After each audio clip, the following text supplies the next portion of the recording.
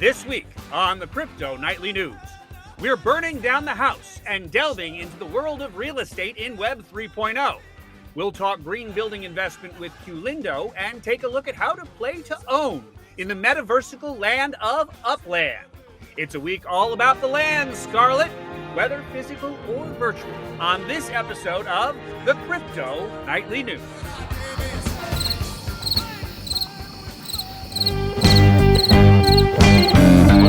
We all know that crypto is the term future of the digital asset compared to last year's survey.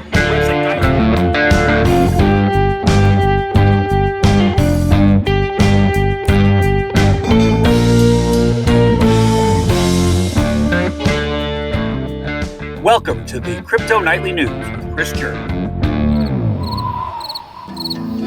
Welcome to the Crypto Nightly News for Sunday, September 25th, 2022. We stream all over the world and internet with Glacier FM radio, the entire podcasting network, and of course on YouTube every single week on Sundays at 9 p.m. to bring you all the news from the world of crypto in an effort to share the not-so-secret secrets of the new world of Web 3.0, cryptocurrency, and decentralized finance. If you are a crypto connoisseur or just consider yourself to be one of the crypto curious, it is our aim to break down the stories and present the news that will inform and educate you about the finer points of crypto so that we as a world population may join together in this decentralized revolution of sorts to bring wealth building to the masses. This week, we have a couple of enlightening interviews for you from the growing empire that is the decentralized economy and a part of the economy that you might not be very familiar with, real estate. In the world of DeFi, real estate can be real or virtual. It can be traded in everything from shekels to Dogecoin, and you could be sitting smack dab in the middle of one of the fastest up-and-coming neighborhoods in the world and not even know that someone owns the very spot you are in fact sitting on.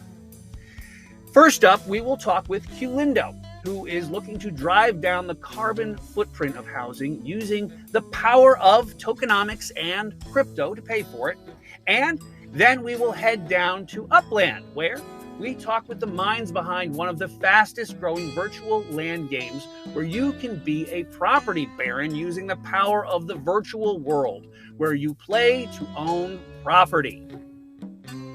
But before we do that, let me remind you that I am merely a pilgrim in this virtual world, bent on spreading the good news of its coming and share the messages of hope that it brings with it. I am not a financial advisor, and while I did sleep near a Holiday Inn Express last month, I don't know a damn thing about where you should put your hard-earned money. This is for educational and informational purposes only. Now, the hour is at hand, so arm yourself with a cosmopolitan and raise the roof as we burn this mother down. It is Sunday night and time to party like it's 1999, if just for a short while. This is the Crypto Nightly News. Smash that subscribe button early and often and settle yourself for the best damn crypto newscast on the air. This is our house, and no one is going to tell us how to live. So, let's get to it, shall we?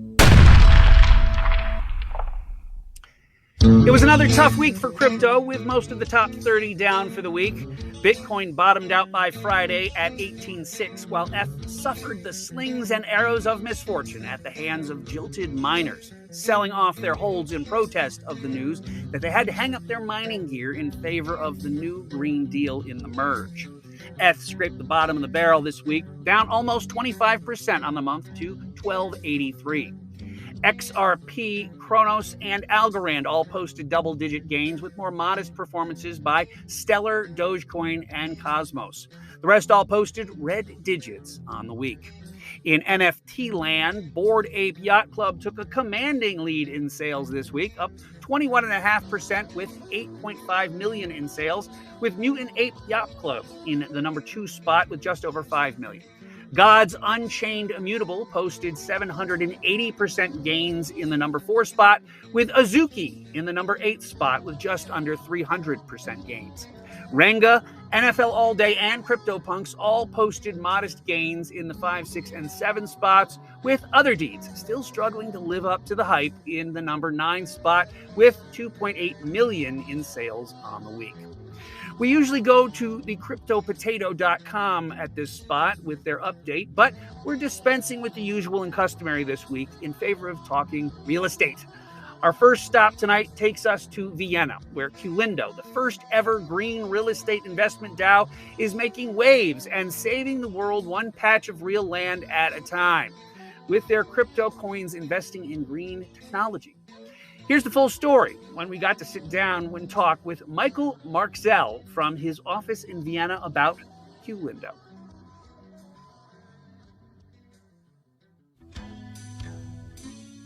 Hey there, we have a wonderful guest today who has joined us in this real estate revolution which is taking place. The world is changing in amazing ways in all sorts of different realms, and Qlindo is the guest du jour right now that we're going to be talking to. And let me tell you a little bit about Qlindo because I have it written out right here. What is the Qlindo token? Qlindo bridges the gap between blockchain technology and green real estate energy investment opportunities. The goal is to bring an outstanding portfolio of green projects and properties from around the world to the crypto space, making ultimately a larger percentage of the green real estate and energy market available for investing in a green real estate and energy coin independent of specific real estate. Now, before we go any further, Michael, please tell us about this. Michael Marxell, Qlindo, what is this all about and why do we need to know about it? Hi, Chris. Thanks a lot for having me. Yes, I mean, you already gave a really good summary. So, as you mentioned, Qlindo, the aim is to bridge the gap between blockchain technology and green real estate and energy investment. So, the goal is to bring an outstanding portfolio of green projects and properties from around the world to the crypto space, making ultimately a larger percentage available for investing. So if you consider that there are different numbers, but from roughly 200 trillion real estate market in the world, only 4% can be traded through stocks, ETFs and bonds. You can see that the vast majority is privately owned and not reachable. So our aim is to change this. Okay. The Qlindo token is yeah, please. Tell me, I'm getting the feeling that this is all about coming up with a token that is going to fund real estate. Am I getting that right? It's a way of investing in crypto to bring that to the real estate market, correct? Yes, exactly. But our aim is to fill or to connect these two things. The Qlindo token is similar to a lot of other tokens developed on top of the Ethereum network. And but we also differentiate from other tokens because we want, in comparison to other tokens in the market, we also want token holders to participate in the growth of our entire green ecosystem.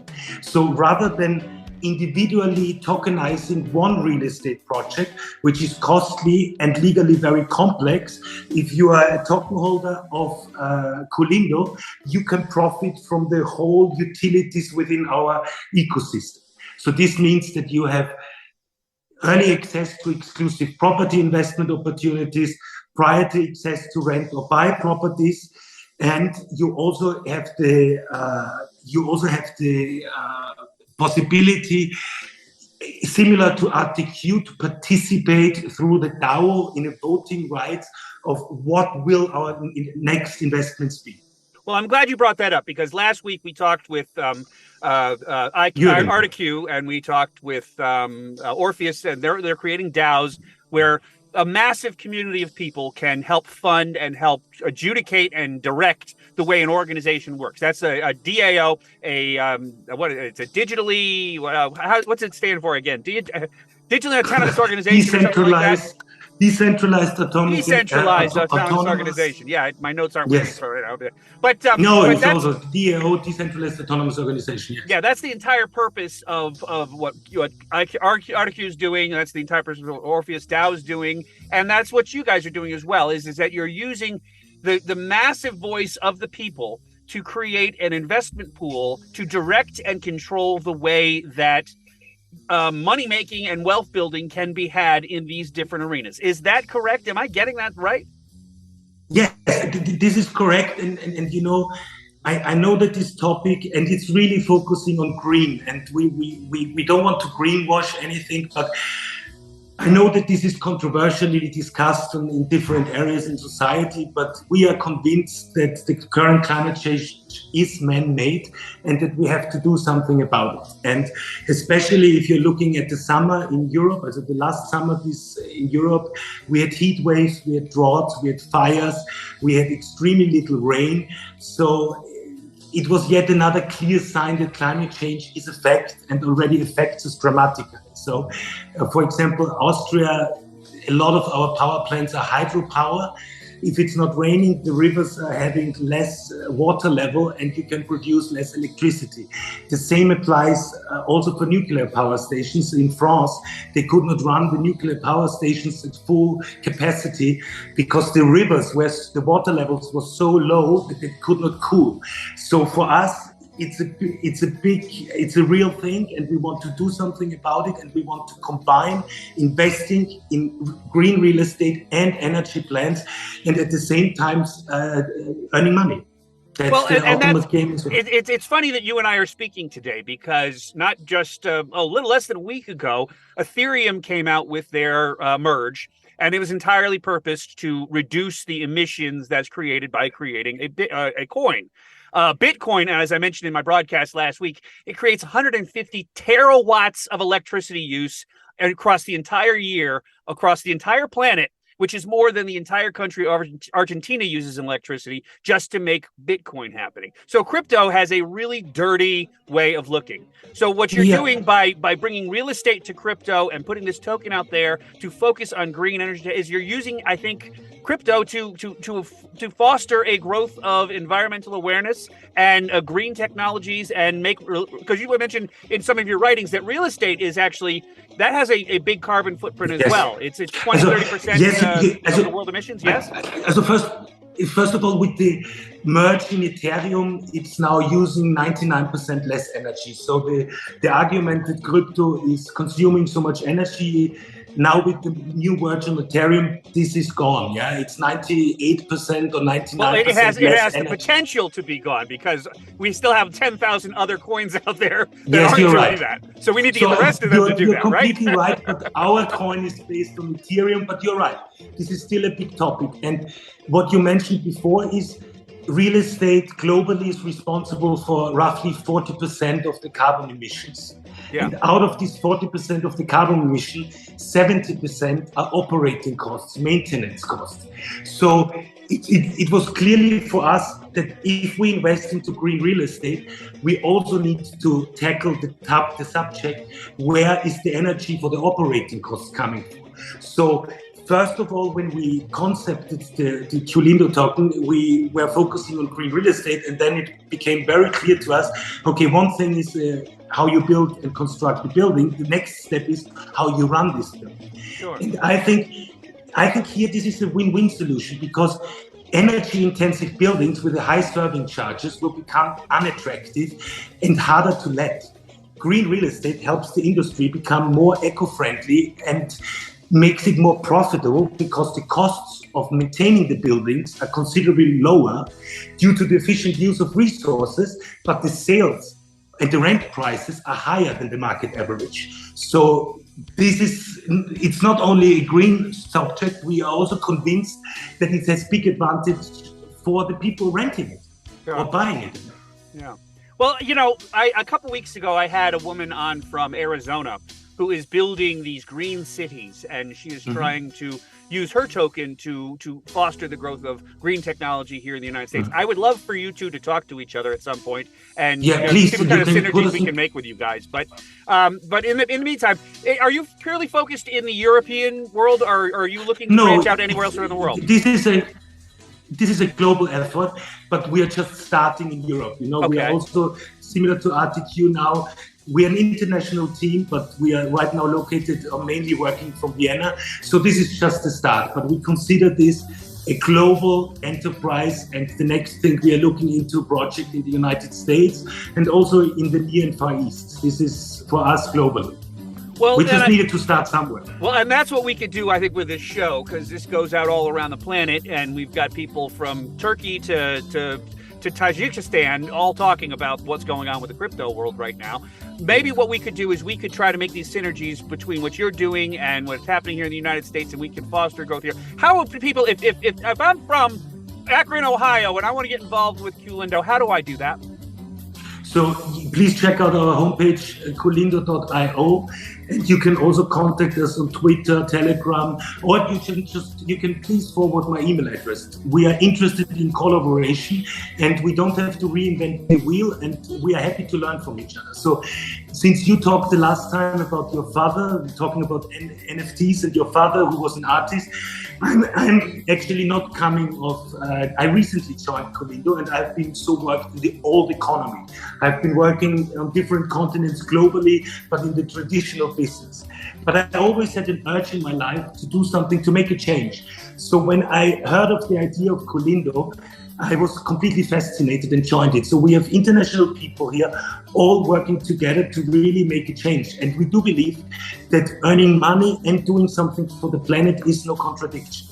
Well, and I would like to help foster that growth. I would like to help foster that mission, because that's exactly where my head's at right now. Crypto needs to be green. We need to start focusing on making this world a better place that we're going to live in and breathe, and our children are going to appreciate and enjoy the way that we did when we were kids. So thank you for what you're doing, and thank you for bringing Realestate to a more green footing with crypto and putting these things together. And we're going to talk a little bit more when we go off the air. But if you'd like to check them out, thanks a lot for having me. Yeah, we're going to put their link into the description of this, and I'll stick a little tab up here on the screen as well. Check out Qlindo online. We're going to give you all the links in the description of this. And Michael, thank you so much for being here today. Thank you for having me. Okay, and thank you. Stick around. We're going to do more all kinds of we're doing all kinds of real estate in this episode. This is the Crypto Nightly News. We'll be right back after these messages. So stick around and join Qlindo. It's time to get involved with with environment and the crypto world. Thanks for watching.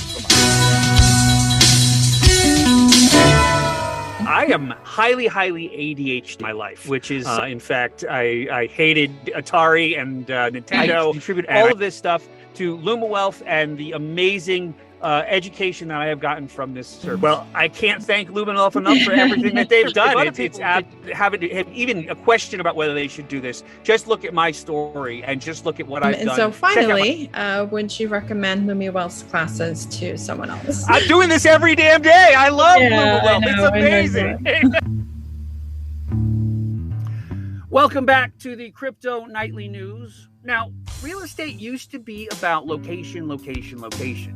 But with Web 3.0 and the Metaverse, the idea that your zip code determines your land value is being thrown out the window. Online games like Upland are changing the way land and property ownership can be viewed, enjoyed, and profited upon in the virtual world, and making it fun by turning property acquisition into a game that makes you money. I spoke with Matthew Bianchi, one of the minds behind the virtual property game that is on fire right now. And here's the interview I filmed with him this week with Upland.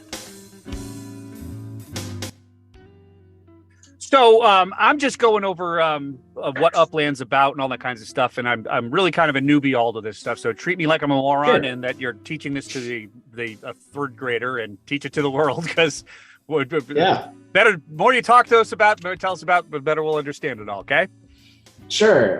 It's definitely not the easiest thing to grasp, but I will do my best. So, it's interesting because right now Upland is kind of in a bit of a transition phase where we're kind of moving from like what we initially called a property trading game to more of a metaverse platform, right? Okay. So originally the concept was kind of like monopoly on the blockchain, right? So all tied to the real world.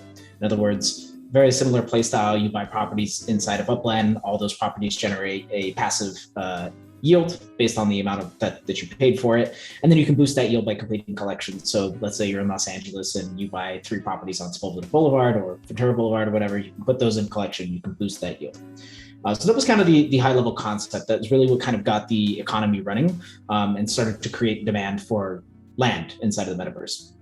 Where we're heading now is kind of more the metaverse platform idea, where we are actually counting on communities and brands to build experiences on top of all those properties. So it's a similar metaphor almost to kind of like web addresses on the internet, right? Your address inside the metaverse is your portal to creating an experience, to creating something new, to creating a service, an application, a game, whatever it may be. And then Upland as a platform, your avatar, your assets, everything is all kind of bundled into one. So very similar, what's the word I'm looking for? A lot of similarities between kind of the wallet experience that you experience in Web3, right? You have your wallet that kind of contains your assets. There's that level of interoperability where you can interact with different products and services, and your assets all follow you. It'll basically be the same case in Upland, just with kind of a physical presence, right? Where we're creating this location-based experience where addresses inside the game can all kind of house their own product or experience. Okay. So, is this with? Can you pay with crypto? Can you pay with dollars? What is the currency of the day, so to speak? Sure. So we have a unique economic model where our in-game currency UPX is actually not tradable outside the game. So this is pretty different from a lot of NFT and Web3 projects that you see out there, where they all have a tradable token that either is a governance token or security token, whatever it is. But UPX is simply a utility token, only for the use of acquiring NFTs inside the game. So in other words, all of our primary market sales, when we sell, whether it's stuff like our NFLPA Legits product or properties themselves, all of those are purchasable only in UPX, at least on the primary market. Okay. Now, after I've purchased that, I can sell it on the secondary market for US dollars, and I can basically that's your mechanism for cashing out, right? For extracting real world value. You can purchase UPX with crypto as well, but all of those payments basically take place before you're actually interacting with the ecosystem. When you're actually inside, it's strictly UPX, and then you can also use US dollars for secondary market sales and purchases. Okay, so riddle me this, if you will, because like I'm in Lake Powell. I don't think it's really a high demand property anywhere in the world, quite frankly, because nobody around here really does this kind of thing, and quite frankly, we don't have any internet to even do it with. But let's just say I decided I wanted to buy the spot where my trailer is parked here at Lake Powell, and I wanted to own this in the virtual world. Can somebody else buy it in another game or in another platform and be the same owner of this virtual space? I mean, theoretically speaking, if somebody wanted to clone, what Upland was doing, there are a couple other projects that are trying to map the real world into like a metaverse space. But really what matters is kind of the economic value around that, right? Right now, Upland actually does have a pretty robust economic ecosystem. There's a lot of trading activity and there's a lot of demand for property inside the game. So, you're better off buying it in Upland than you are in any of the other ones. Plus, we also just have a lot more infrastructure and tools that we're building out to make all those things useful. So to answer, at least at a higher level, your question, like right now, the primary reason you would purchase, I suppose, would be to capitalize on that yield, right? To make sure that you're kind of generating that interest. Every property that you purchase right now, and the yield does change based off the market conditions and stuff, but right now it's at a base, it's 14.7%. So it's already pretty high. Granted, it is earned in UPX, but the idea there being that if you purchase a property, you start generating UPX, you accumulate that UPX, then you can use that, you can leverage the utility of UPX to get new NFTs and then kind of continue building your portfolio out that way. I imagine like there's some kind of kitsch new little bar that's in, say, like Soho in New York City, where somebody has bought that virtually, and that's just a high demand spot because you have a lot of like-minded people that know about that particular spot. Whereas 100%. If you're in, say, like the White House, probably not as many people own that in virtual land because nobody can get there. So that's not as high demand. Is that a good way to think about it?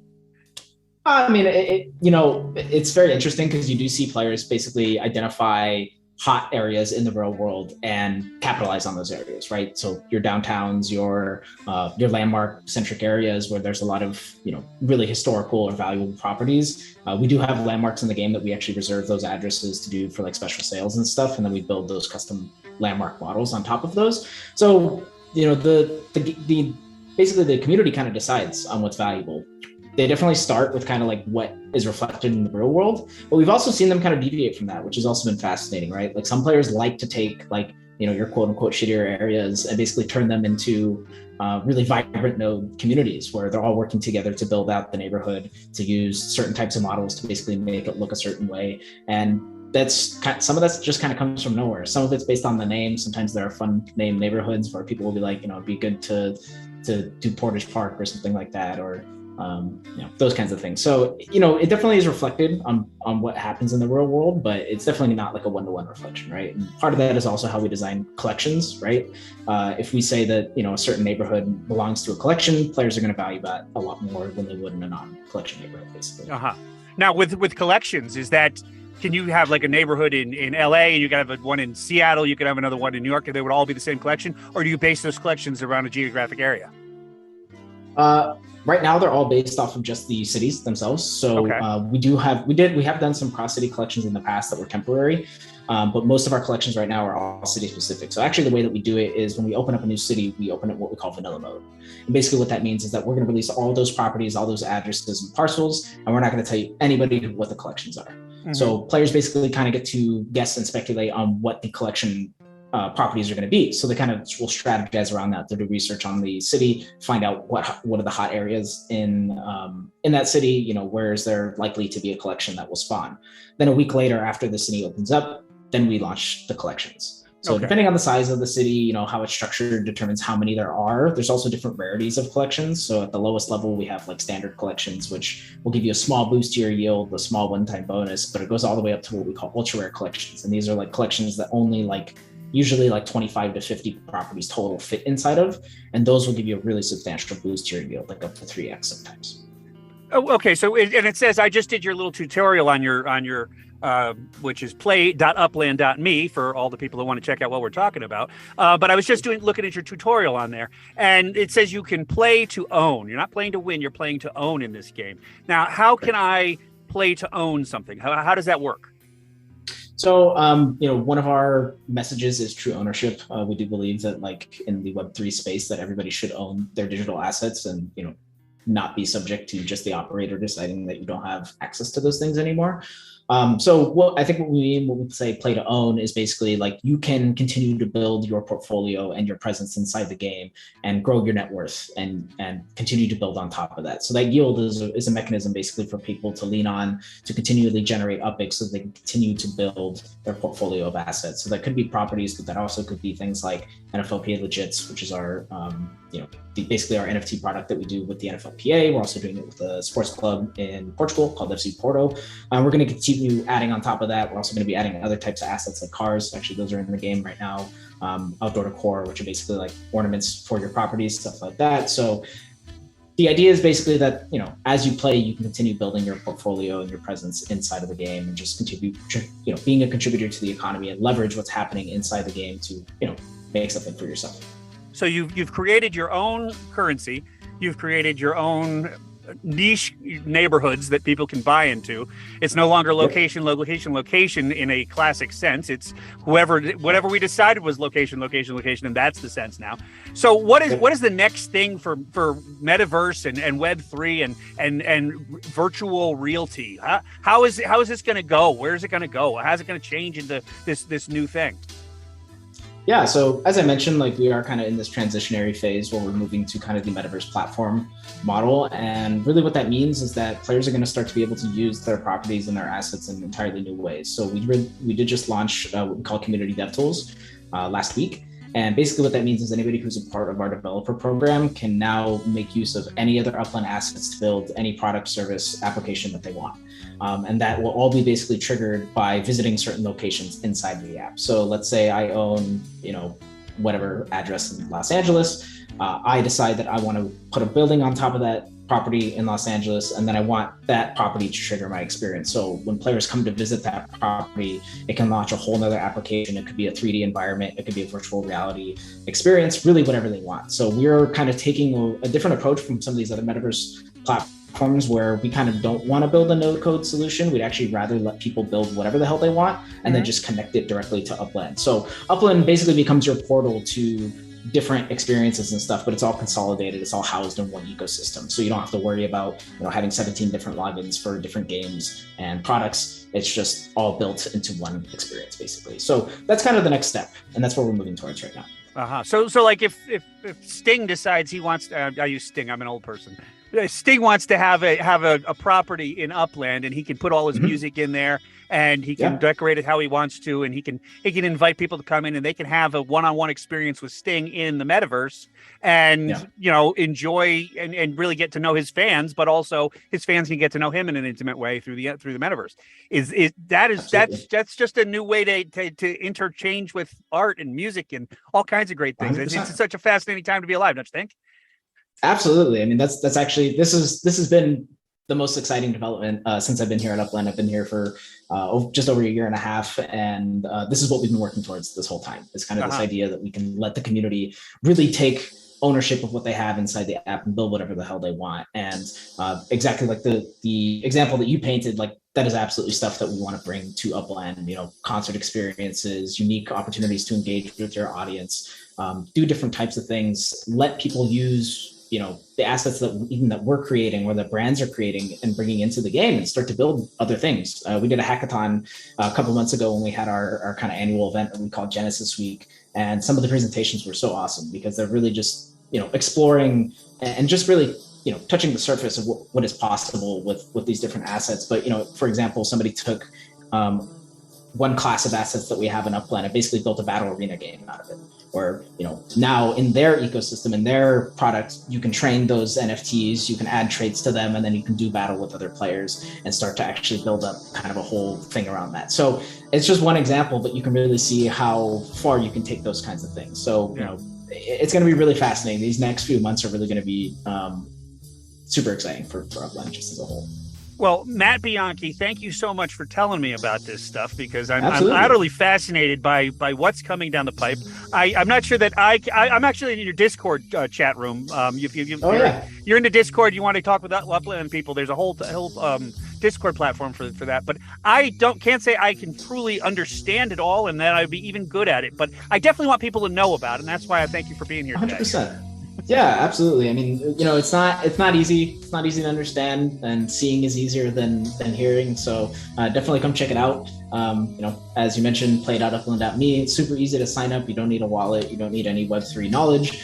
You can download it right on your phone, both the iOS and the Google Play Store. So it's super accessible to anybody. We don't have these crazy high prices like a lot of these other NFT projects too. You can get in for just a couple dollars. In fact, we give you dollars to get started with. So come check it out. It's definitely worth your time, and it's just going to get better.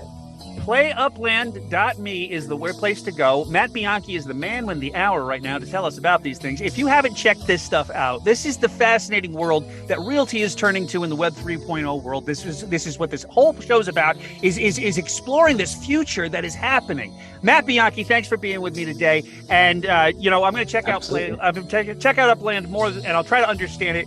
But thank you for talking to an old fart like me and making me understand this stuff. Absolutely. It's my pleasure. I appreciate you having me on, and hope that we'll get to an answer together, and hope that you enjoy what you find. Spot on. Thank you, sir. And thank you. We'll be right back after these messages. So now, this is your captain speaking. You ever seen a grown man naked? Please buckle your seatbelts, put your tray tables in the fully upright position, and raise your seat backs because we're heading into Cryptoverse, and we could experience a little bit of turbulence. Welcome to the Crypto Nightly News with me, your host, Chris Jerman.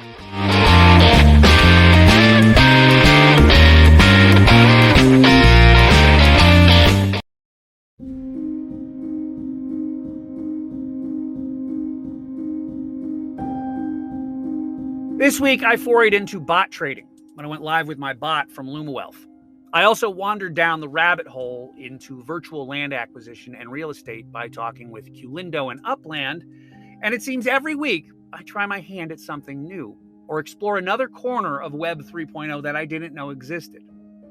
It's growing at an incredible rate. And while there are a great many hiccups, I don't think it's all that different than when we started laying roads down and cars replaced horses as a primary means of transportation. The first gas stations were likely too far off. The traffic signals weren't up to snuff, and I'm sure many a traveler found themselves in a ditch every so often and were forced to dig themselves out. It's no different than this new world of Web 3.0, and while it is frustrating for our expectation of immediacy, it's actually probably par for the course, I think. This is all new stuff, and we're still figuring out how to drive these roads and navigate these new highways of information. Now, granted, there are a great many people who are doing things wrong or are in fact dishonest. But the vast majority of the cryptoverse is people like you and me just trying to get it right. I'm going to give you an assignment this week. Go explore a corner of the metaverse you've never seen before and give it a try. It's free at Upland, and they even give you a few coins to get started, so why not try it out? Maybe you'll wind up in a ditch and you'll have to dig yourself out. But maybe you'll meet a new friend, find a new community, or maybe you'll even find a whole new way to make a living in this new virtual economy. Nothing ventured is nothing gained. And as they say, a ship is safe in harbor, but that's not what a ship is built for. Go exploring and tell me how you make out. And that's the takeaway for this week.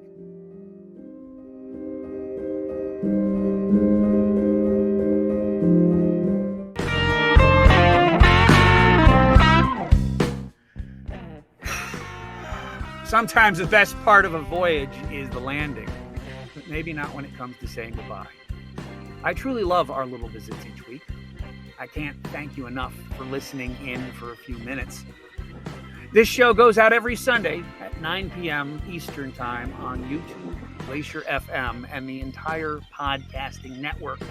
But you can always check in with me on social media at thatsailingguy. Big thanks to Piero D'Agostino, who you can find on YouTube and in a link to this podcast, for providing the music this week. Each week from here on in, I hope to feature a new artist's music in collaboration with Glacier FM. If you'd like to have your music featured on this show and on Glacier FM radio, let me know at my email address, info@thechartedlife.net. Big thanks to our sponsor, lumiwealth, who helped us reach over 25,000 viewers in our first quarter. If you'd like to sponsor this show and take part in this massive reach we're working toward, you can reach me as well at info@thechartedlife.net. I'm moving to Washington State this week, and I will make every effort to bring you a new episode next Sunday, but it's going to be tough this week as I'm leaving my little trailer in the desert to head to the Olympic Peninsula. Wish me luck in my move, and join us the next time on the Crypto Nightly News. For Sunday, September 25th, 2022, I'm your host, Christopher German. Hit that subscribe button some love, would you? And remember, trade safely. Good night.